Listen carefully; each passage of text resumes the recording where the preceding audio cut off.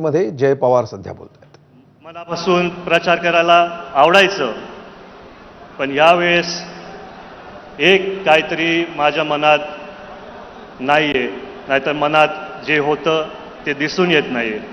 दादांचा आवाज दर रात्री जेव्हा आमचे दौरे संपायचे विधानसभेचे, मला माहिती आहे इथं सगळे आपले कार्यकर्ते, पक्षातले पदाधिकारी, सहकारी आहेत.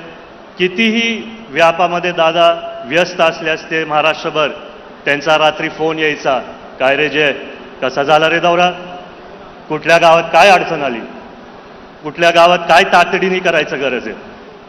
आणि आज तो आवाज आपल्या सर्वांच्या मनात आणि हृदयामध्ये. पण आजही जेव्हा मी गावागावी जात होतो, मी घरी गेल्यानंतर तोच दादांचा आवाज माझ्या मनात. एकदम ठामपणाने बोलायचे, जयड्या रडायचं नाही, लढायचं. आज